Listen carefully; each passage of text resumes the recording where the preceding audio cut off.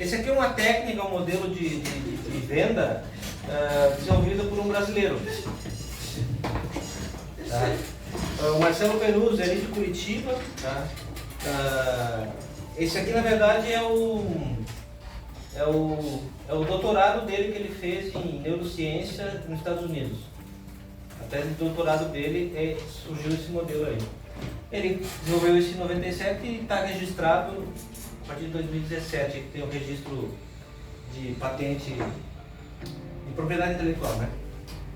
E a ideia é falar um pouco sobre isso hoje, como esse negócio, como essa técnica, como esse modelo pode ajudar a gente no processo de vendas. Então, o Brain Model Canvas, a BMC são as iniciais, né? Então, ele trata da biologia humana e de modelos neurais. Então, a gente fala que tem várias redes neurais e, estudando essas redes neurais, como funciona o processo de venda, de compra, de persuasão, com base nessa estrutura neurocientífica. Fala do estudo dos memes e da ciência da memética. Não sei se alguém já ouviu falar desse nome. Meme a gente vê falar do Facebook, do Instagram, mas não é esse tipo de meme, isso aí é uma derivação, né? A memética é uma ciência, né? Que estuda justamente essa ideia, que, pelo que eu estou entendendo, de implantação de memórias. É meme de memória. Tá? Tem um filme que mostra muito claramente isso. Não sei se alguém já viu aquele filme Origens, que eles entram nos sonhos e são camadas de sonho. Eu acho que eu sei. É um filme, sim, tu tem que assistir umas 3 vezes para começar a entender o filme. É bem... A Origem. Acho que é a Origem. Não, a Origem. A Origem. Então é justamente disso, ele tenta entrar no sonho da pessoa e plantar uma ideia lá. Aí ela acorda e acha que a ideia é dela. Então é mais ou menos essa ideia aí da memética, né? De trabalhar com esse plantio de ideias. Tá? Ou despertar de ideias, porque às vezes tem coisas que estão adormecidas e precisam ser despertadas, né? A pessoa que faz isso é um engenheiro mimético.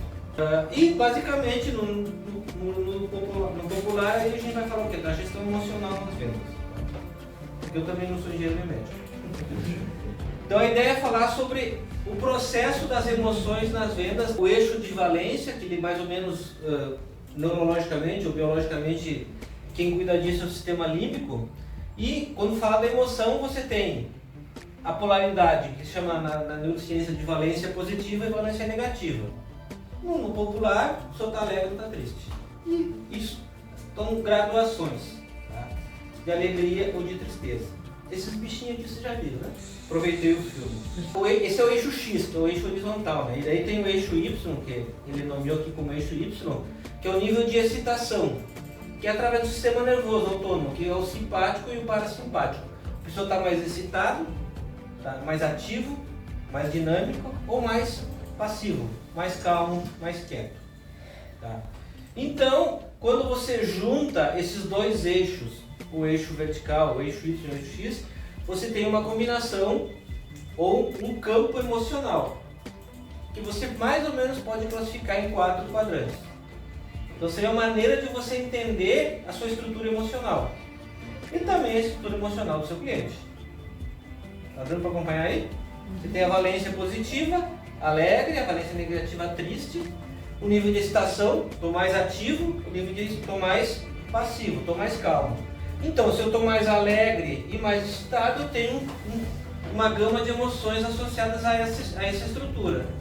Se eu estou mais triste e mais agitado, eu tenho uma outra gama de emoções, o que me leva para a raiva.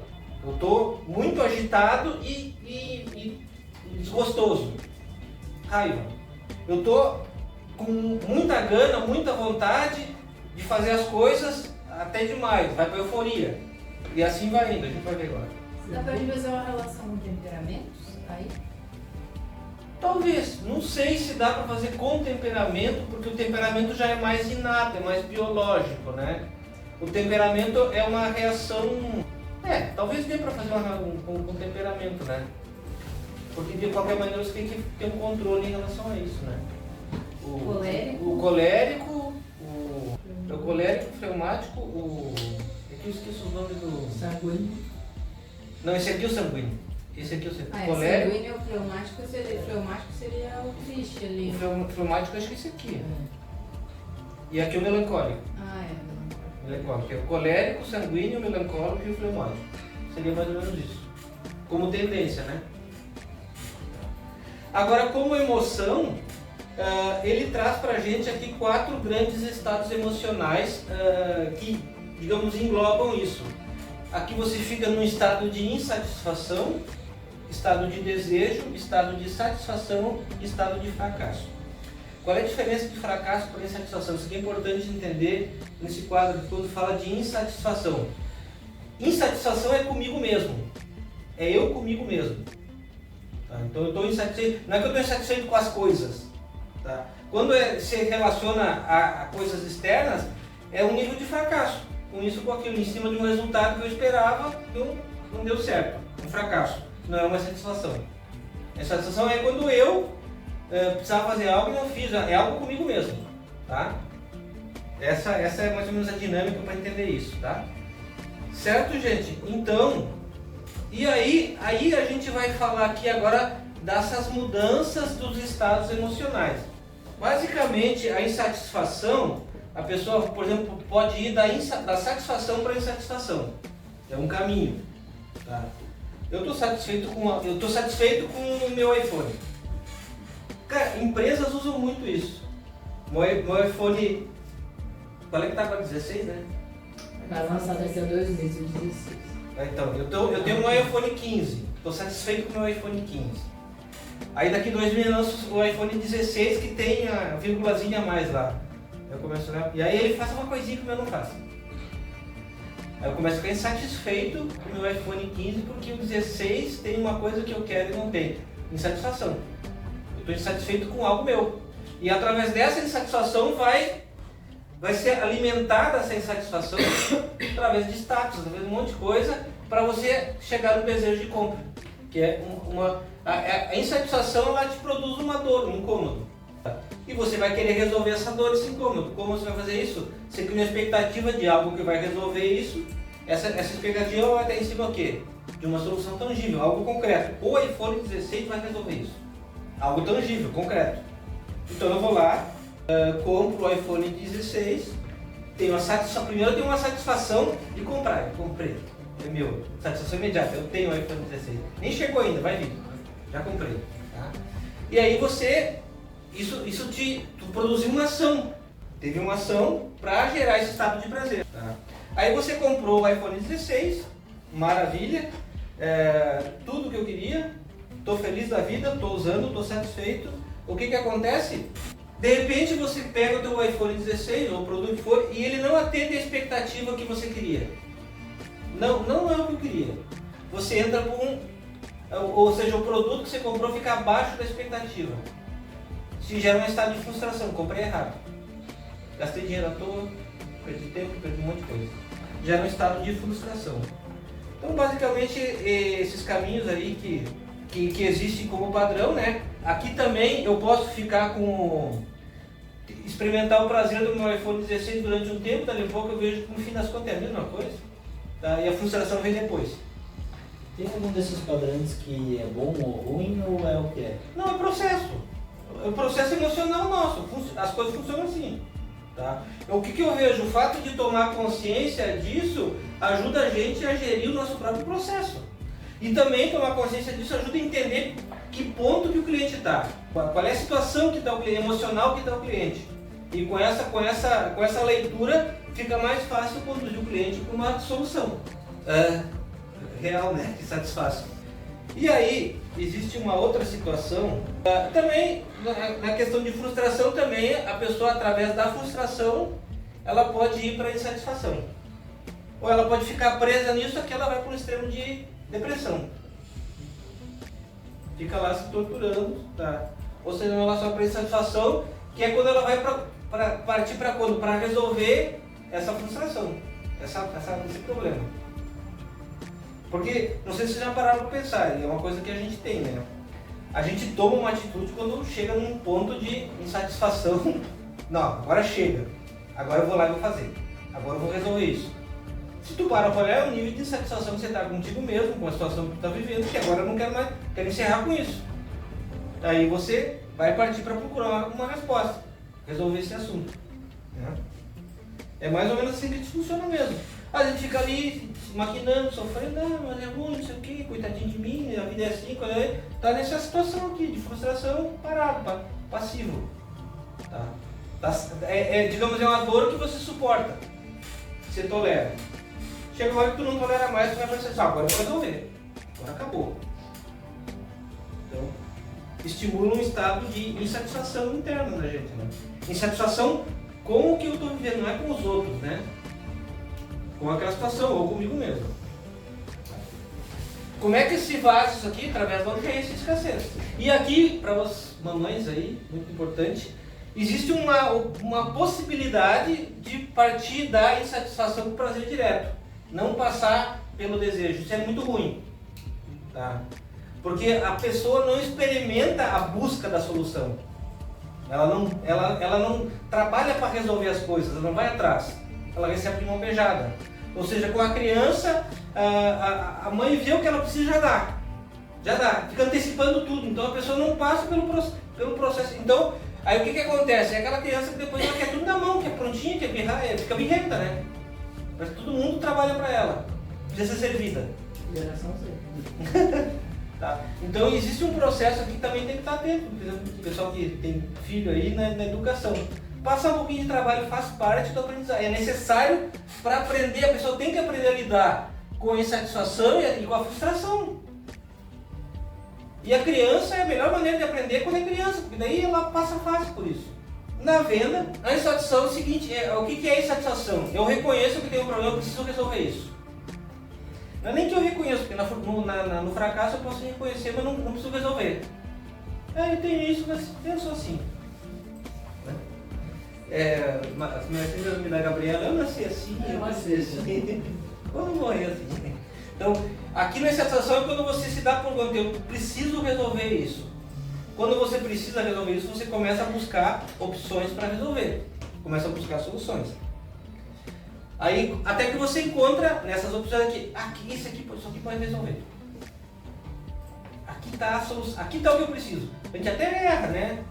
Não sei se acontece só comigo, a gente até erra. Eu preciso disso, né? A gente descobre que não era bem aquilo. Daí vai para cá, né? Vai para a sensação de fracasso. Porque daí tu vai agir em relação àquilo que você entendeu como solução, tá? E vai usar. Experimentar, vai ter uma experiência com aquilo ali, era isso mesmo, deu certo. Ou você vai para outra solução. Não era, deu errado, não era isso que precisava. E aí você volta para lá, preciso continuar lidando aqui para resolver esse problema, não resolvi ainda. É mais ou menos o processo. E o cliente num processo de compra está nisso, ele tem um problema. Ele quer investir o dinheiro dele. Tá. Esse dia eu atendi um cliente aí que ele estava indignado porque eu levava o dinheiro dele no investimento e ele ficava triste, ficava bravo, porque não rendia. Ele de comprar um imóvel, ele também ficava bravo que estava caro. Ele tinha esse negócio, ele achava o imóvel caro e achava que o dinheiro não rendia o suficiente. Aí a solução para ele era mostrar quando ele entendeu a valorização do imóvel era maior do que o investimento do dinheiro dele investido, ele comprou. Aí ele comprou. O do Malta? O do Malta, é. Quando ele entendeu isso, ele comprou. Enquanto ele não entendeu isso, ele não comprou. Ele ficou uns 3, 4 meses aí. E como é que você fez ele entender isso? Mostrando, eu falei um monte de coisa, expliquei, mostrei um monte de coisa, ele me escutou, mas não acreditou, e papo de vendedor. Aí ele começou a fuçar. Depois de 3 meses ele voltou. Ele voltou e daí comprou.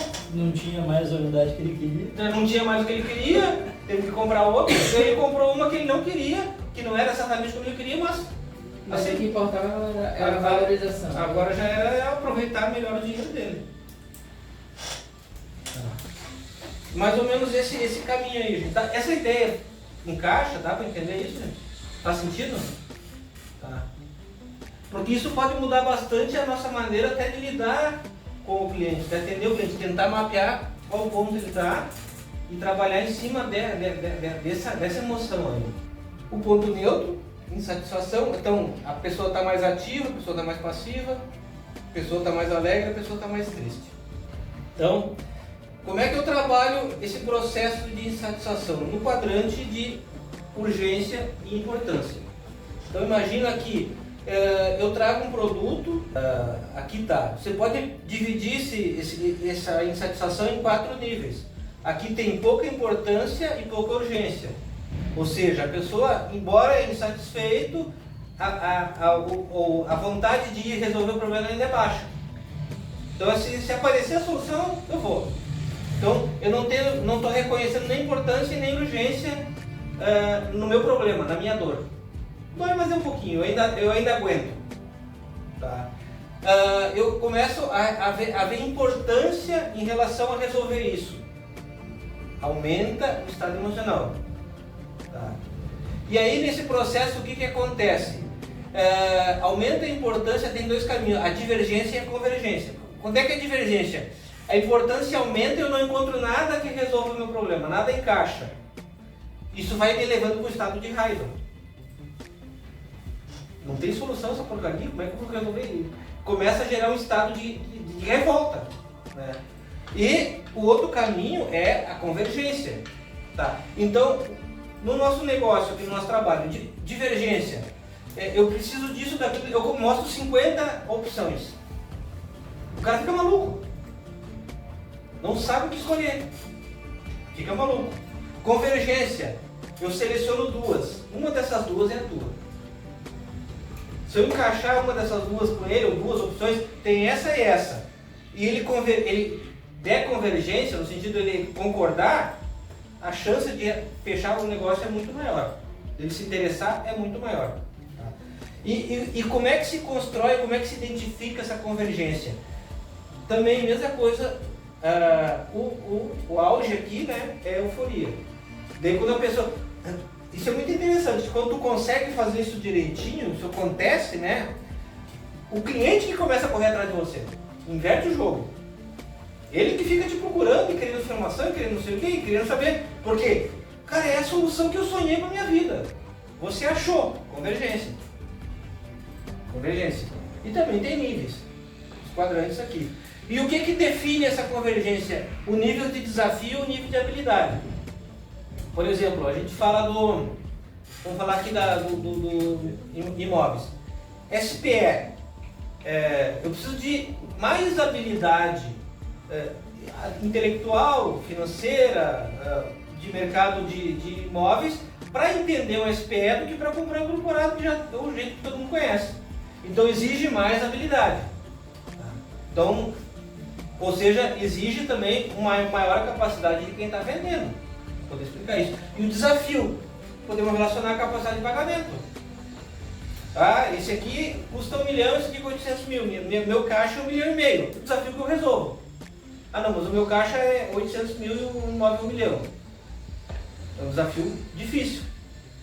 O desafio está alto. Se eu consigo superar esse desafio, aumenta a euforia. Aumenta o interesse. Dá para entender essa dinâmica, gente? Tá. Então, conforme eu consigo aumentar a convergência, vai partir para ação, né? Aí eu não botei aqui, né? Aqui você cria uma expectativa, aqui vem a ação, né? A ação também vai te trazer níveis de prazer, de satisfação pela compra, né? E a experiência do uso do que tu comprou. Então é isso que produz a satisfação. Tá? E o que acontece? Se a pessoa fica satisfeita, o prazer é bom e a experiência é boa, ela pode querer repetir. Aí o que acontece? Que é o que as empresas que ficam atualizando o equipamento fazem. Ela chega mais ou menos nesse nível e daí gera agora um modelo novo. Agora um modelo novo. Se a pessoa cai para cá com o nível de conforto, a famosa zona de conforto, tá? O que acontece aqui? Você começa a ficar acomodado. E essa acomodação vai te levar para o estado de frustração. Tá? Então, excesso de satisfação não é bom. A gente vai se acomodando na zona de conforto.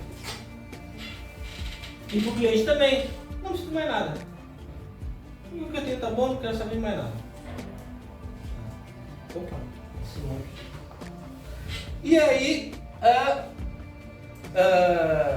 o próximo nível aqui, se o cara fica muito confortável, coisa assim, ou fica insatisfeito com a entrega, ele vai para a frustração. Na frustração, o que a gente tem que olhar é o sentimento de reversibilidade. Essa frustração ou essa expectativa não atendida é reversível ou não é reversível? Se é reversível, beleza, eu tenho chance de trazer o cliente para, por exemplo, mostrei o produto, gostei, fui lá, visitei, não, mas tem não sei o que lá, essa janela, a posição solar não é o que eu queria, não tem sol, pum, caiu para cá de novo. É reversível ou não é reversível? Pô, tem que achar uma outra unidade ou um outro empreendimento que atenda a expectativa dele e de novo tem que trabalhar aqui com urgência, importância, trazer ele aqui para cima de novo e seguir todo o processo. Tem que respeitar esse caminho aqui, né, gente? O cliente chegou até aqui, voltou para cá, eu não posso querer sair daqui para cá. Que é um erro que o vendedor comete muito. Não, você primeiro tem que levar ele para uma insatisfação com algo, com uma situação, para depois ele querer comprar, querer resolver. Dá para entender essa ideia aí, gente? Então como é que se trabalha isso? Basicamente com duas coisas. Recompensa, prazer. Estou falando de satisfação. O que é satisfação? É recompensa por algo que eu fiz. Pela ação que eu comecei. Essa recompensa ela pode ser imediata, futura, antecipada ou neutra. Tá. Qual é a que produz mais estímulo para a ação? Imediato. Qual é a recompensa imediata de alguém que compra um apartamento? Morar? Na planta? Na planta? Dor de barriga. Valorização. Pagar entrar. Ver a obra, imediato. A realização do sonho. Não ter mais a necessidade de procurar. É isso que eu vejo. Eu resolvi um problema. Isso está resolvido. Então ela vai ter uma recompensa imediata. Ela também tem uma recompensa futura? Ela tem. Porque ela comprou o futuro dela. Só que se a gente trabalhar só com a futura, é mais difícil a pessoa tomar uma decisão. Então, você tem que trabalhar com a recompensa imediata. Cara, já pensou se deitar na tua caminha hoje, cabeceira na travesseira na cabeça e resolver esse problema? É esgotar a necessidade. Aí você está trabalhando com a recompensa imediata. Quanto tempo você está... Como é que você alimenta isso? Quanto tempo você está procurando? Quantos você já olhou? Está sendo fácil achar isso? Tá. Nunca é. Nunca é. Aí tipo, quando aparece, cara, olha só, tudo isso que tu fez até agora te trouxe até aqui, a esse momento, o momento de você finalmente descansar desse negócio. Recompensa imediata. E a futura é justamente porque ele está realizando o sonho dele, ou investindo dinheiro. O investidor às vezes não está realizando o sonho, ele só está fazendo bom uso do dinheiro. Também é recompensa imediata. E quando começa a se trabalhar isso? Desde que você começa a atender o cliente. Desde o começo. Desde o começo. Isso é trabalhado desde o início do atendimento. Não é só quando chega aqui. Tá? Como é que se trabalha isso? Através do que chama de memória. Ou pesadelo também nos falam. Qual é que é o pesadelo do cliente? E você trabalha em cima disso. Então, essa memória, ela precisa... Aí que entra a engenharia médica, né? Eles utilizam... Ela precisa ser atualizada, precisa inserir uma nova memória ou substituir. Como é que funcionaria isso? Atualizar a memória. O cara está querendo comprar...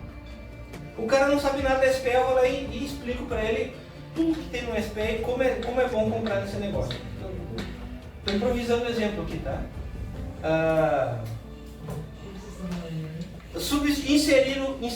Inserir. Não, atualizar. Atualizar seria, acho que o cara já comprou o SPE, não se deu muito bem, você vai lá e atualiza ele, porque por que não funcionou, o que deu errado, o que mudou no SPE, como é que está agora. Atualiza a informação que ele já tem. Tá? Ou que seja imóvel na planta. Comprei imóvel na planta e não tem imóvel. Podemos usar um termo mais genérico, imóvel na planta. Eu já comprei, mas não me entregaram errado, fizeram isso, não tinha aquilo, não tinha aquele outro, acabamento não era lá. Se vai atualizar ele sobre como está o processo hoje em dia, porque que isso hoje em dia é confiável e seguro comprar na planta.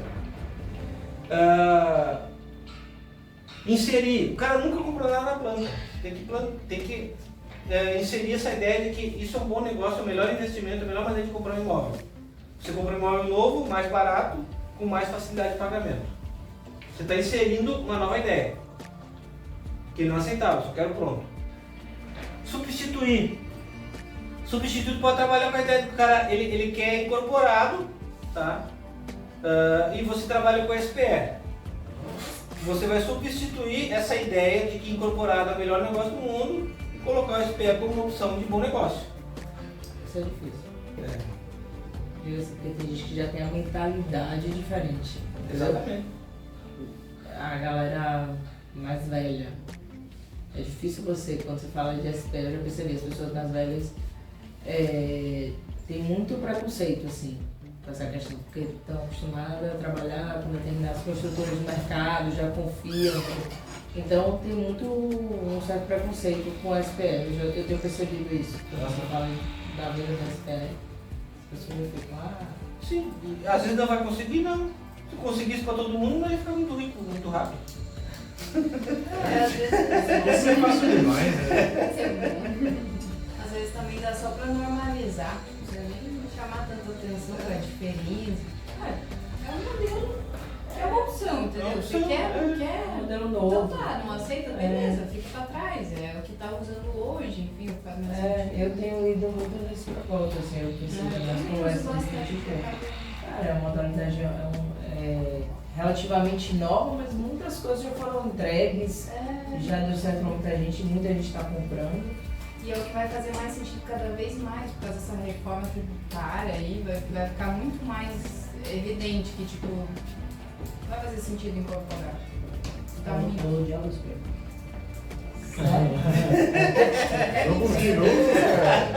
Eu odiava esse Eles têm um preconceito comigo com várias coisas. É isso, é a Cisone.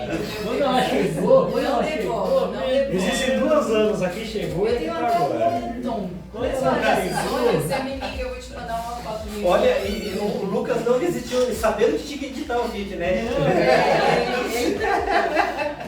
Não, e eu também tinha, assim, essa questão da SPE. Eu achava que não era, que não tinha tanta garantia, assim. E aí hoje, na hora que o Gilberto botou aqui, eu já estava convencida a mim mesmo de que é mais seguro do que o incorporado. Eu mesmo já absorvi a ideia. Tipo, agora eu acredito que é No meu caso era qualquer coisa na planta. Eu achava que, gente, alguém compra na planta, quem é que vai comprar pra morar daqui a 3 anos? Mas é porque a gente tem uma realidade, né? Tipo, pra mim é inviável pagar uma mensalidade e pagar uma parcela De aluguel, né? de aluguel e de aula. Então, só que aqui a gente trabalha com, é igual eu falo, tem que perder o medo de dinheiro, tem que entender que a realidade de outras pessoas é, né? Não é igual a Eu nossa. também, eu chegava, eu abria aquelas tabelas, eu olhava 2 milhões, eu digo, pelo amor de Deus, pagar 2 milhões no apartamento. Os caras compram 2 e junto. Não é?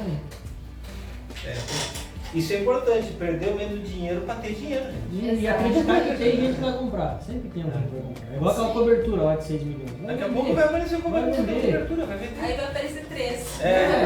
Vou começar a brigar pela cobertura. E é o Gustavo que vai vender, certamente. Então, esses quadrantes aqui agora também, já fica a dica aqui, Lucas, para trabalhar marketing. Tá? Porque esses laterais aqui, a gente pode trabalhar no marketing. Aqui é o processo de venda. Agora eu vou colocar mais algumas janelinhas aí, que é pra gente, que são maneiras de trabalhar no marketing.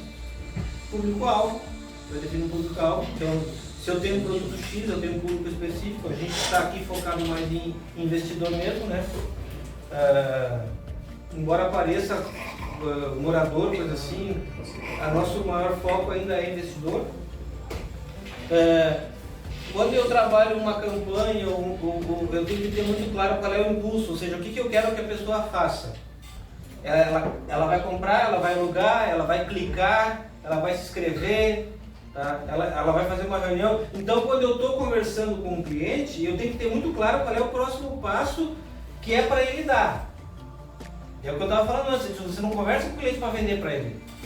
Você conversa com ele para levar para o próximo passo. Por isso tem o funil. O funil é para isso, o próximo passo. Não é para fechar a venda. Fechar a venda é uma coisa que acontece naturalmente. A gente combina antes de ir embora. Se der os passos certinho, vai dar tudo certo. Tá? Então, em cima disso, você vai trabalhar qual é a memória. Nesse perfil de cliente, eu preciso atualizar uma informação, eu preciso inserir uma informação nova, eu preciso substituir uma ideia. Aí, em cima desse público, eu vou ter que trabalhar nisso. Essa campanha, essa argumentação.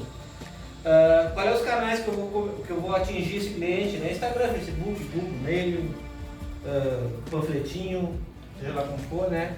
E os pontos de contato. Qual é o momento que eu converso com ele? Qual é os contatos que esse cliente tem comigo empresa, comigo pessoa? Site, ele vai lá, ele vê o anúncio, ele entra no site, está entrando em contato com a empresa, começa a enxergar mais coisas ali. WhatsApp, chama um de nós no WhatsApp aí, é um ponto de contato. Reunião, visita, são pontos de contatos, são oportunidades de você trabalhar esses dois elementos aqui. Para esse fluxo rodar. Dá para entender essa ideia aí, gente? Muito maluca? Eu acho que tem ligação. Eu acho que tem nexo.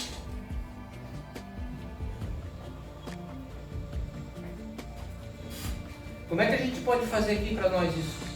Uma sugestão? Eu acho que é muito dentro até do que a gente já visto antes, do spin. Que é aquela coisa que o Davi tinha dito pra gente aqui na simulação. O cliente, você tem que fazer ele te mostrar o que tem de errado para ele, qual é o problema. Ele vai você vai fazer uma pergunta mais fechada para entender o que é um problema para ele, para tentar solucionar esse problema. Podemos brincar de fazer relação, spin, situação. Com perguntas de situação, eu posso trazer a pessoa daqui, desses dois estados para cá. Situação e problema, trago para cá. Implicação, eu trago para cá. Pergunta sobre solução, eu trago para cá. Ele vai ajudar nesse processo aqui, nesse caminho aqui. Eu quero mexer com a dor. Eu entro aqui começar o assunto, entender situação. O cara está numa situação de satisfação, de frustração. Qual é a situação que ele está? Problema, começa a falar da dor. Tá. Mapeia do identificador. Implicação, o que acontece se não resolver isso? Aumenta o desejo de aquisição, aumenta o desejo de solução, preciso resolver isso. Tá. E aí você apresenta uma possibilidade. Isso resolveria? Como você acha que isso resolveria? Solução. Ele vai falar sobre o que traria satisfação para ele. Basicamente é você dominar as perguntas a serem feitas para que você descubra. Porque a maior dificuldade é o cliente se abrir, realmente. Então, você aprende a dominar aquelas perguntas lá do SPI, faz muito sentido. Faz. Até pra gente mesmo, porque acho que a gente é o melhor. Aliás, acho que é o único jeito de você praticar e treinar e visualizar isso é treinando com a gente mesmo, fazendo perguntas pra si mesmo. Como é que eu tô agora? Eu tô satisfeito, não tô satisfeito? E como é que eu me expresso? Às vezes o cliente tem muitas formas, é outra pessoa do mundo, né? A pessoa se expressa de uma forma. O que eu vejo quando a gente começa a juntar as técnicas, porque todas as técnicas dá para juntar, cada uma se conversam, né? Mas quando você começa a juntar, por exemplo, essas técnicas, uma coisa que vai acontecer é você falar menos e o cliente falar mais. A gente acha que vendedor é aquele que fala bastante. Não. O vendedor é aquele que sabe perguntar bem. Aí tá a essência da venda. fazer as perguntas certas Fazer- para criar um ponto de conexão. Exatamente, né? Que é muito difícil. as perguntas certas. Às vezes tu fala 2, 3 coisinhas que, cara, aquilo é o que vai fazer virar a chave do cliente lá. Pronto, é isso que precisa. Falar demais é que nem peixe, é pego pela boca. Fisgado pela boca.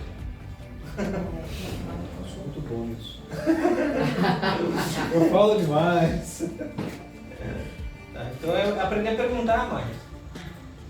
A gente pode, inclusive, até pegar os treinamentos e começar a fazer exercícios de perguntar. Vamos pegar o spin, vamos tentar utilizar o spin, um treinamento de spin. Como é que eu faço uma venda com spin?